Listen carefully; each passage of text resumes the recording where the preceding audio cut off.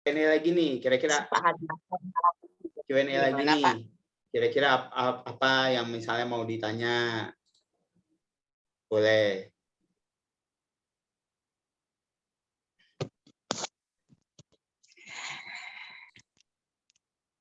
Oh, ini masih saya share ya? Kita bertiga doang nih? Nggak apa-apa, bertiga aja. Aduh. Kan lebih enak. Apa ya saham yang lagi ini? Kalau Tins gimana Pak? Tins? Tins, oke itu sebentar ya.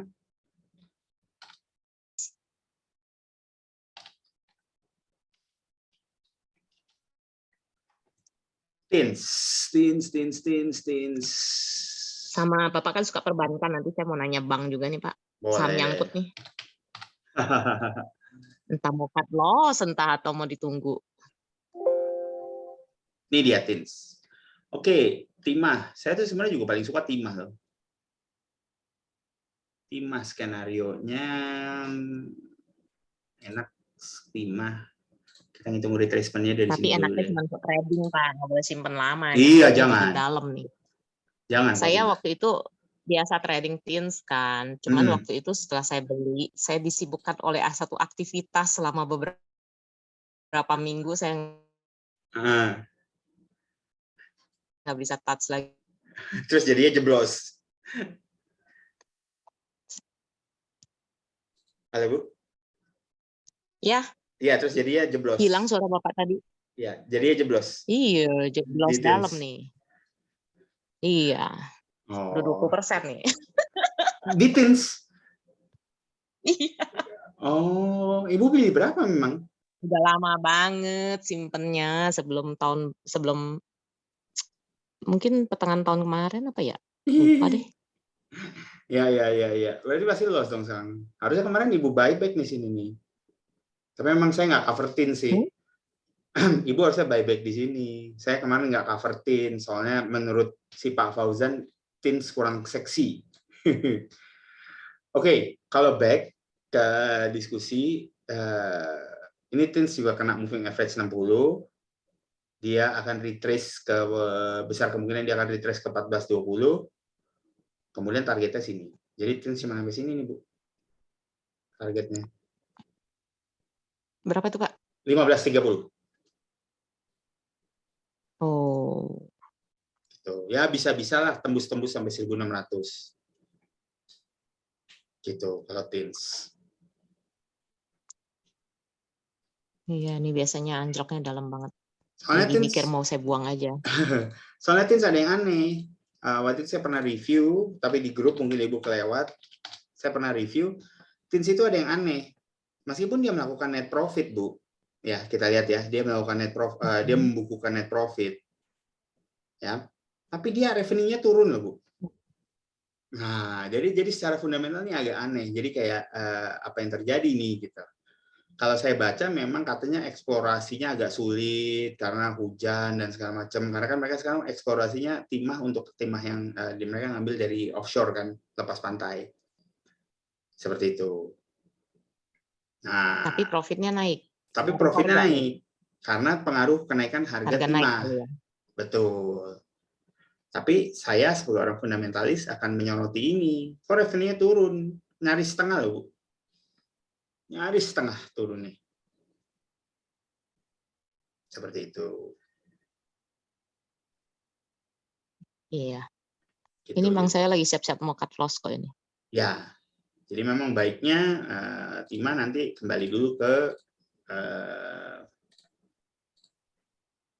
1530 deh, target paling moderat. Nih. Tapi sama, dia akan nge-swing dulu ke sini 1420, terus dia akan naik. Gitu. Ngelihatnya simpel sih Bu, kenapa dia nggak akan nge-break ke atas? Karena sampai sejauh ini sih, kalau saya kan penggabungan ya, dia ini tidak pada saat kenaikan yang pertama kali di sini dia kenaikannya di sini nih, dia tidak memberikan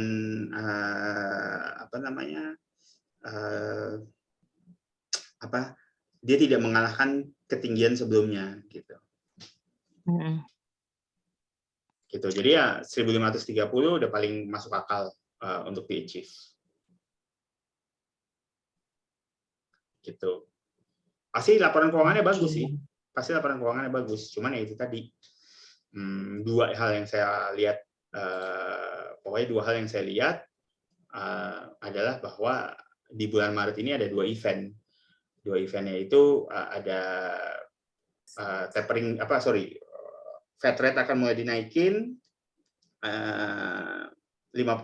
Banyak estimasi di pasar menyatakan akan dinaikin 50 basis poin, dan GWM juga gila wajib minimumnya si perbankan akan dinaikkan. Nah, konsep GWM itu dinaikkan adalah nanti cash-nya bank itu dia harus setor ke Bank Indonesia. Gitu. Jadi itu kayak GWM itu kayak menaikkan suku bunga, tapi sebenarnya suku bunga belum dinaikin. Nah, itu makanya saya melihat triggernya seperti itu untuk pasar IISG ya. Meskipun masih ada teman bilang kayaknya nanti sell in May and go away.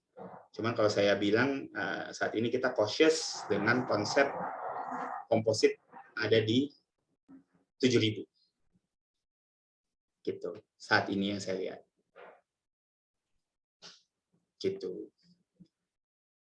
Oke, tadi katanya Bu Sansan ada pertanyaan untuk perbankan.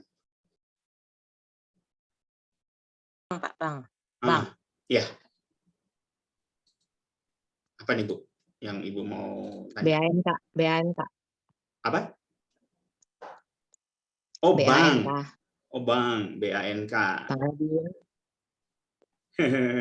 Nyangkut juga, Bu. Banyak banget nyangkutnya.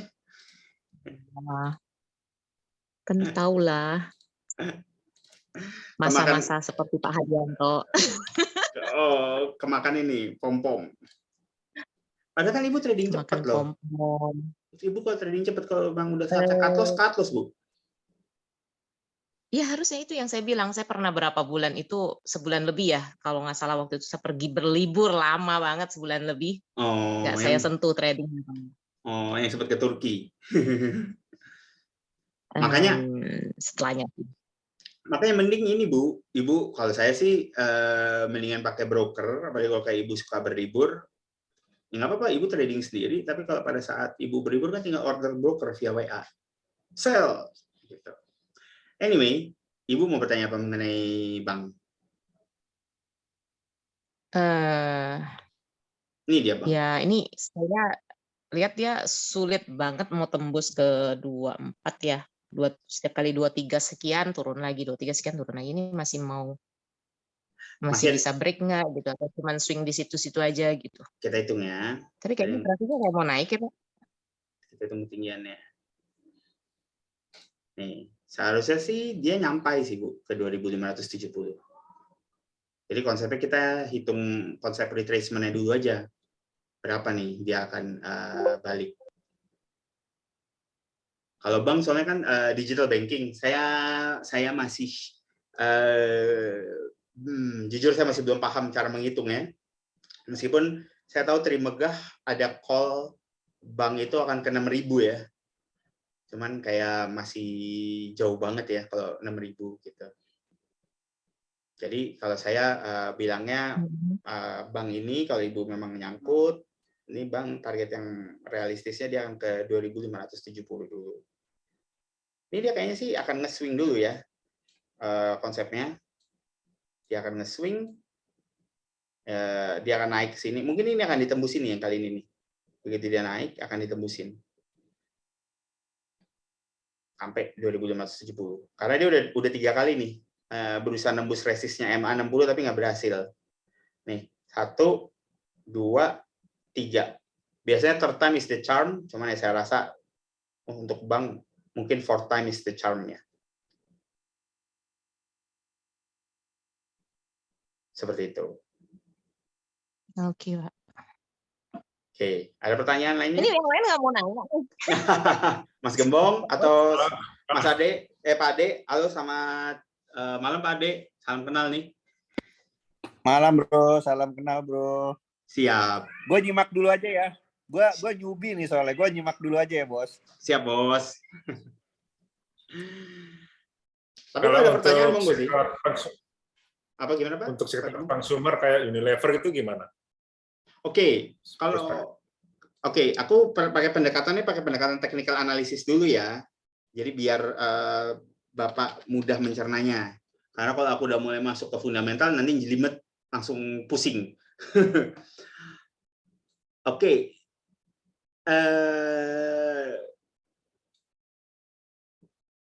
Saya melihat bisa kalau untuk Unilever dia ini ada kemungkinan ini bottomnya nih. Untuk full year 2021 ya Pak ya. Ini mungkin bottomnya nih. Karena terus dia biasanya akan naik dulu, kita ukur naiknya ke berapa. Karena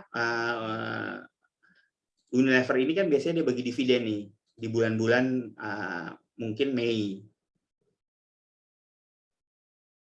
Kita ukur. Oke. Nah, ada kemungkinan dia kembali ke sini nih Pak, di 4.800. Tapi itu udah target tinggi banget ya. Coba saya kecilin. Saya kecilin targetnya dari sini nih.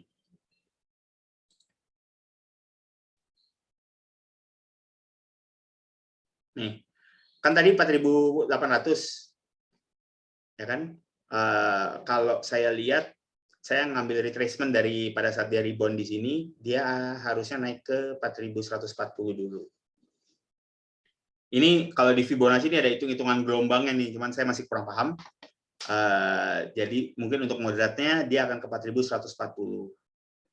Dan ini mungkin udah bottomnya ya untuk Unilever. Gitu. Nah, saya coba jump into fundamentalnya. Saya jump into fundamentalnya Unilever. Gitu. Nah, kebetulan Unilever sudah rilis laporan keuangan full year 2021. Nah, kita melihat Unilever mengalami penurunan dari revenue. Nah, ini hal yang lumayan aneh sih. Bahwa dalam keadaan OFH, orang banyak melakukan konsumerisme, ini rumah tangga, tetapi Unilever mengalami penurunan dari segi revenue. Nah, sehingga impact-nya ke profitnya dia juga drop. Cuman saya rasa penurunan Unilever itu sudah ke price in.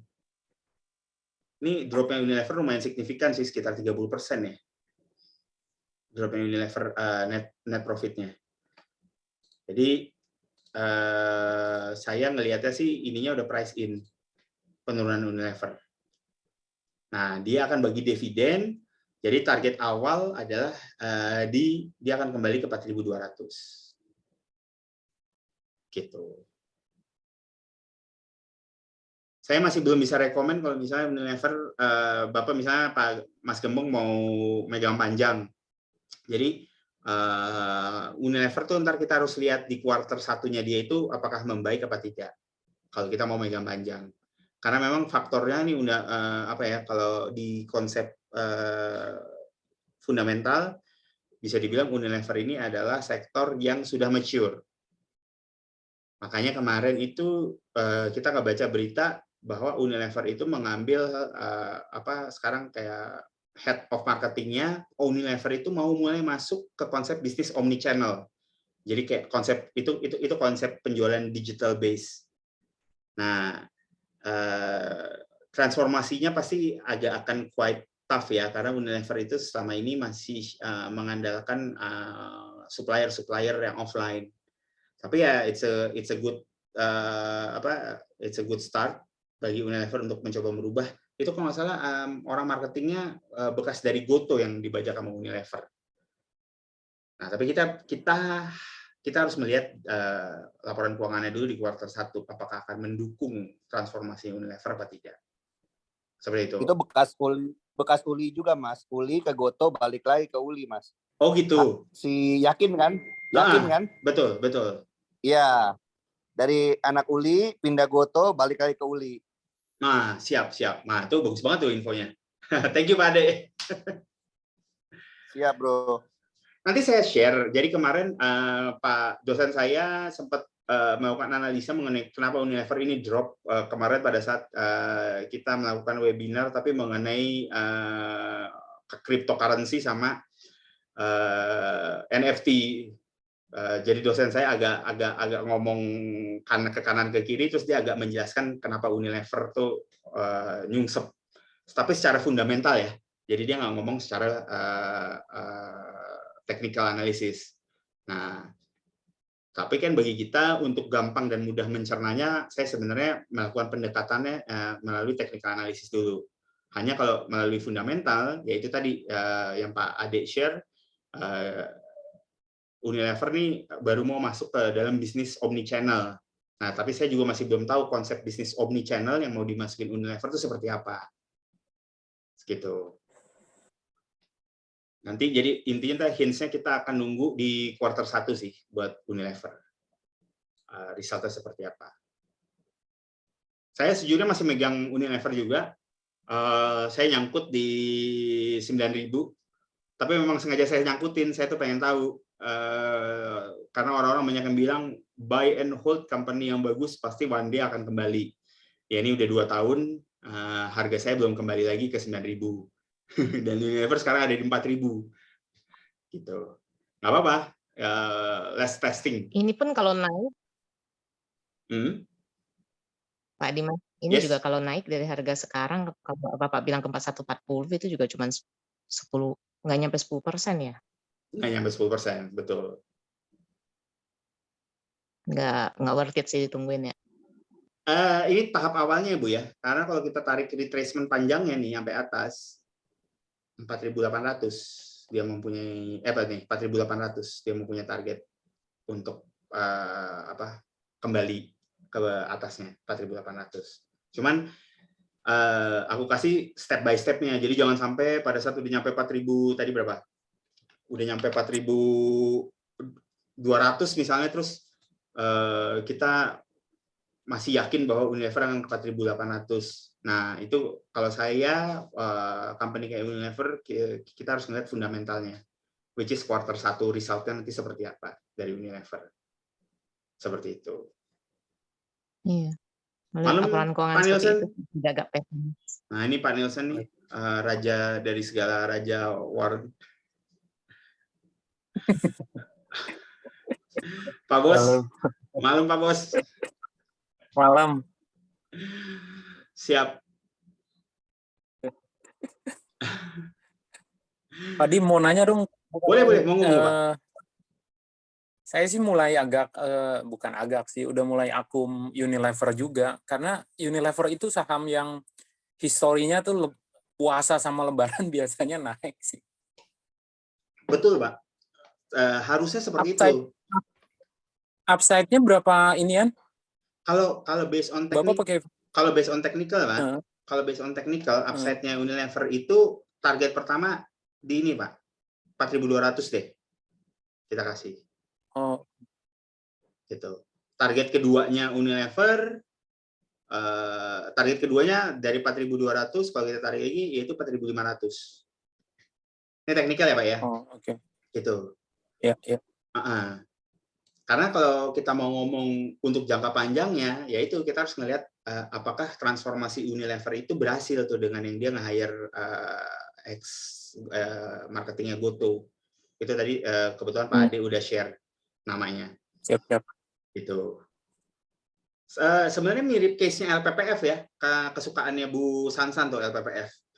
Nih, kita bisa melihat ya, kalau kita bilang, wah LPPF saham jagoan. Nah, kita bisa lihat sebenarnya LPPF transformasinya dia.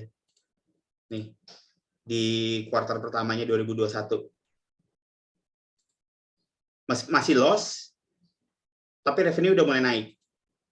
Revenue-nya masih turun ya untuk 2021. Nah, tetapi kita lihat perubahan besarnya itu ada di 6 month. Mendadak dia berbalik arah net profit-nya. Gitu. Nah, kalau saya banyak dengar, ini adalah sepertinya bagian dari hasil kerjasamanya dia sama Goto, dan dia udah mulai masuk ke digital channel. Gitu. Karena kita lihat operating profit-nya naik signifikan. benar-benar perubahan arah gitu. Dan mendadak ya ini ROE-nya ada di 38%. Makanya si LPPF terbang terus gitu. Nah, itu yang mungkin kita bisa tunggu dari Unilever. Bagaimana Unilever nanti bertransformasi. Kita masih mau menunggu hasilnya ya dari Unilever. Tapi saat ini sih sedih banget sih, revenue turun, otomatis dia akan berimbas kepada operating profit-nya. Gitu. Saya selalu meng-highlight dari operating profit, karena kenapa? Kalau di net profit itu kita bisa banyak kungfu lah menuju net profit. Tapi kalau di operating profit biasanya benar-benar dari kegiatan operation-nya. Gitu, Bos. Oke, Bos. Tapi boleh sih, yang tadi Bapak bilang akumulasi Unilever ya boleh di ya level itu aman ya, so far. Karena saya lihat kan saya selalu memakai konsep market is always right. Lebih pintar dari kita. Saya yakin ini udah price ini dengan dropnya Unilever. Harga ini nih, harga yang ada di bawah di sini. Gitu, Pak.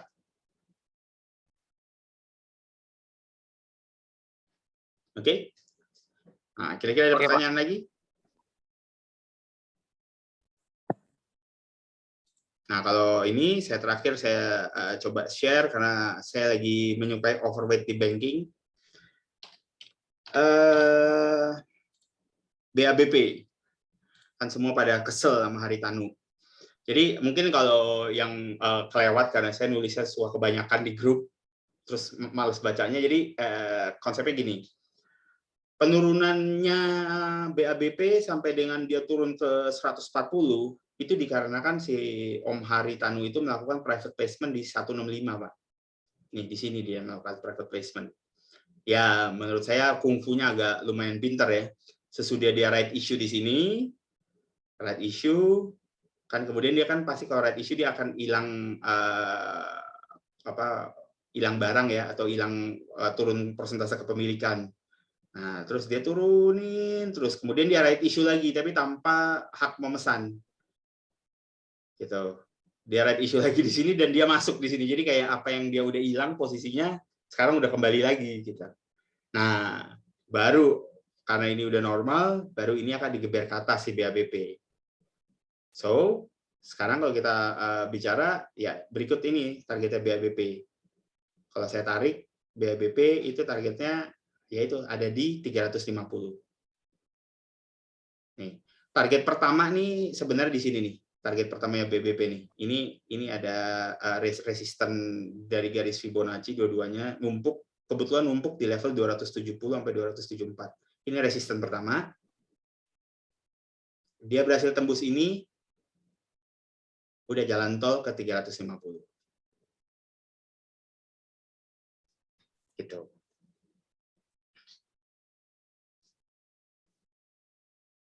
Nah, ini BABP.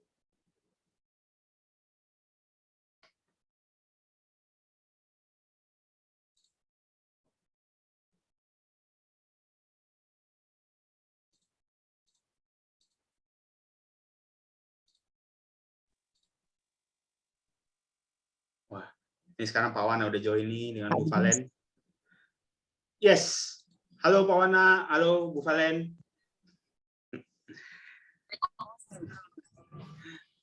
Yes, gimana Bu Sansan?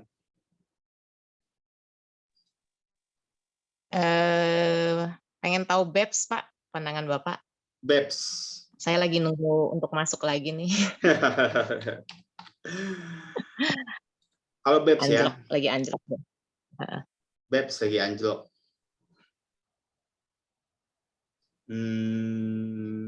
BEPS. Kalau tanpa Fibonacci saya ngeliat sih ini bagus nih Bu untuk Ibu masuk. Ini udah ada tekanan jual ya. Dia udah ada tekanan jual, udah ada tekanan beli, tapi dia masih anjlok. Kalau kita tarik pakai Fibonacci, Fibonacci-nya saya buat seperti ini.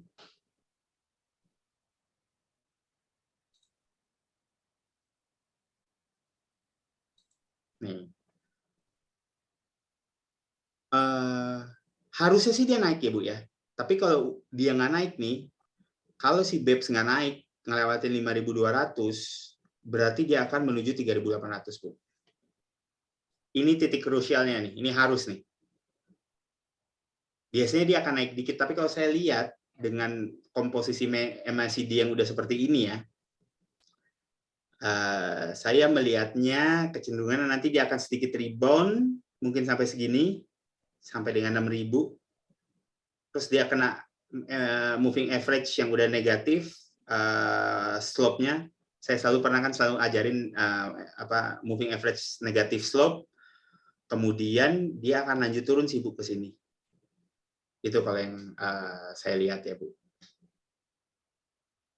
Jadi ada kemungkinan dia akan mantul sampai dengan 5.800 sampai dengan 6.000. Tapi kalau dia nggak mantul, berarti dia akan langsung lanjut ke sini nih Bu, 3.800. Seperti Bisa itu. mantul sampai 6.000. Sampai dengan 6.000, terus dia kena tekan nih dari moving average yang slope negatif. Nah, dia kena tekan, dia akan langsung turun lagi. Karena posisi MACD-nya dia udah ini Bu, udah dead cross. Ini posisi MACD-nya. Gitu. Makanya kita lihat, kalau aku sih ngeliatnya sih iya, dia udah nggak kuat nanjak. Ini kan dia satu kali mencoba nge-break MA60, terus dia malah mantul. Ini percobaan kedua, the WIC ini akan jebol ke bawah.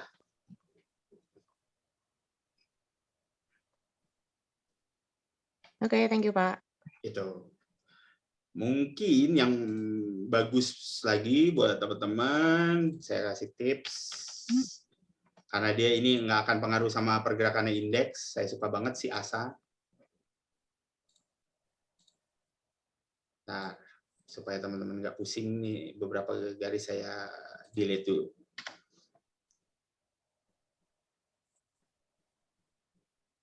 Ya. Ini namanya saya pakai Fibonacci, apa nih namanya? Saya sampai lupa nih.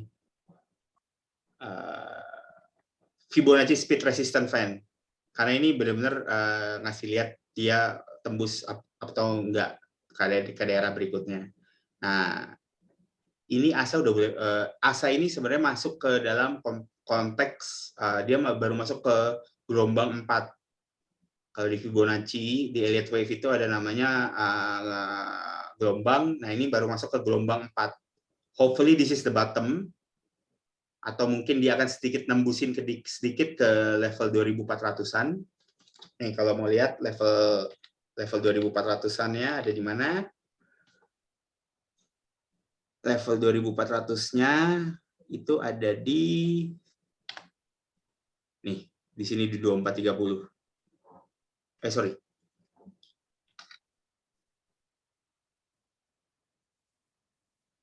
Ya, ini dia. 2430, betul.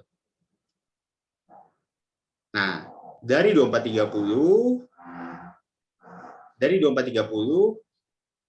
nanti ASA ini dia akan jump. Pertama yang harus dia lewatin adalah ke 3.400. Ini saya udah tarik garisnya nih untuk ASA. Nah, 3.400, kemudian next targetnya ASA besar kemungkinan dia akan ke 4.000. Karena ASA itu baru masuk wave 4 ini. Jadi dia harus nyelesain wave 5-nya. Untuk dia habis itu mulai downtrend. Gitu. Nah, this is bonus buat teman-teman. Dan ini yang harus diingat, ini dia mid cap ya. Jadi biasanya mid cap itu nggak terlalu kepengaruh misalnya ISG rontok. Seperti itu. Dan ya ini lihat nih. Lihat dan MACD-nya udah mau cross. Yes. Kayak menarik sih ASA ini.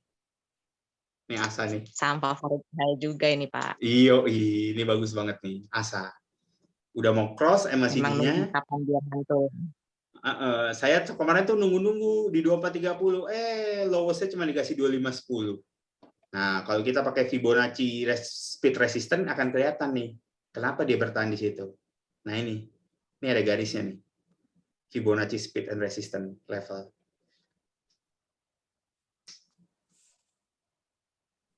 Gitu ya, saya so far sih ini ya, karena kalau kayak ASA gitu fundamentalnya agak sulit dihitung karena dia adalah dihitung udah mulai masuk perusahaan tech company dalam logistik. Jadi saya masih kurang paham juga cara menghitung fundamentalnya. So far kalau dia berhasil bertahan di sini, next targetnya ada di 3.400. Ini retracement. Begitu dia tembus ini, dia akan bisa ke 4.000 untuk menyelesaikan wave 5-nya. Seperti itu, teman-teman. Oke? Kira-kira ada pertanyaan? All in. all in dibuka. Kalau dia jatuh ke bawah 300. Cuman ya ini menarik. Ini penutupan sebelum kita tutup karena banyak desas-desus. Saya dapat info dari teman bahwa nanti Gojek itu akan mulai book building di Maret. Nah, kalau benar-benar itu terjadi, saya nanti mungkin akan ada perubahan view terhadap MTech dan Buka. Gitu. Cuman we'll see ya, karena ini juga lumayan deg-degan ya. Saya ulangin lagi, ini agak seperti bunuh diri ya bagi Gojek, karena kalau mereka benar-benar di Maret, Goto akan agak bunuh diri ya. Kalau mereka di Maret untuk IPO-nya, kemudian market di dump, saya yakin soalnya size-nya Goto ini akan jauh lebih besar daripada Buka. Nah, akankah dia bisa ngelawan indeks? Meskipun so far indeksnya teknologi itu bisa lawan arus ya, lawan indeks seperti kejadian di tahun lalu.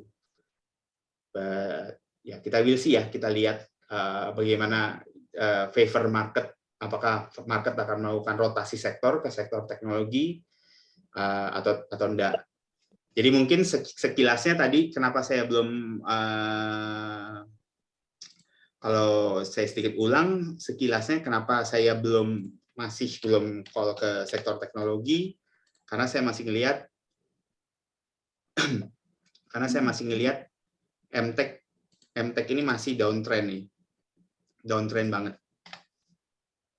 Nih MTech masih downtrend banget, meskipun dia kemarin ngelakuin retracement dan dia nggak ngalahin low sebelumnya, ini ada kemungkinan dia balik arah. Tapi saya masih belum overweight ke sektor teknologi. Karena saya melihatnya the way I see adalah mungkin sektor teknologi akan mulai kembali naik apabila Goto benar-benar jadi IPO. Hanya itu yang harus diperhatikan oleh teman-teman. Goto ini size-nya pasti gede. Akankah Goto berhasil ngelawan indeks pada saat indeks dijatuhin oleh pelaku pasar? Seperti itu. Karena saya ulangin lagi tadi dua hal concern saya terhadap terhadap indeks. Kenapa indeks itu ada kemungkinan dijatuhin? Nih indeks karena ada dua event di bulan Maret, yaitu kenaikan suku bunga 50 basis point dari The Fed, sama Bank Indonesia menaikkan giro wajib minimum sampai dengan dinaikkan 50 basis point. Itu sama aja kayak narik duit cash dari perbankan untuk disetor ke BI. Kurang lebih seperti itu. Itu pandangan saya terhadap indeks. Jadi saya masih careful untuk bilang overweight terhadap sektor teknologi maupun terhadap coal. Maupun terhadap coal dan energi. Gitu. Makanya kemarin kan ada yang nanya, Pak Wana nanya mengenai pegas bagaimana. Nah, saya masih adem ayem dulu deh sama sektor energi. Seperti itu. Saya masih belum hitung sih pegas itu berapa. Seharusnya bisa dihitung kalau pegas ya. Segitu teman-teman.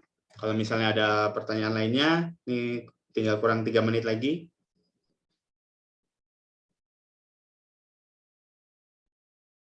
Monggo.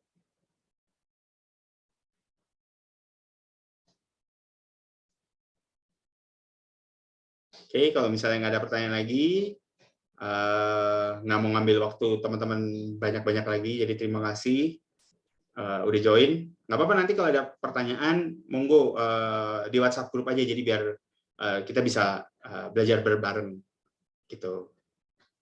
Saya aja juga belajar kok dari Pak Nielsen, wah, the king of Warren. Pak Nielsen kalau si Rans Sultan of Content, Bapak Sultan of Warren.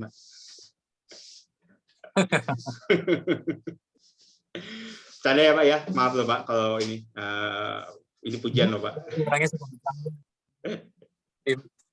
Yes, gimana Pak? Nanti tolong ini paling mau minta bedah LK-nya si Lipo Karawati ya. Boleh. Nanti aku coba dissect ya, aku coba beda Lipo Karawaci ya. Nanti aku buatin dalam bentuk PDF deh. Siapa tahu memang lebih enakan ngebacanya. Soalnya saya tuh pernah ngebedah Harum, Pak. Waktu Harum di 1300, saya call by di 1300. Gila, Harum ternyata naik sampai 11.000 ya. Kan lumayan beggar juga tuh. Oke, siap. Okay. Terima kasih semua teman-teman, dan nanti kita sampai ketemu lagi di episode berikutnya. Happy weekend. Thank you semuanya. Thank you. Thank you, Mas. Bye.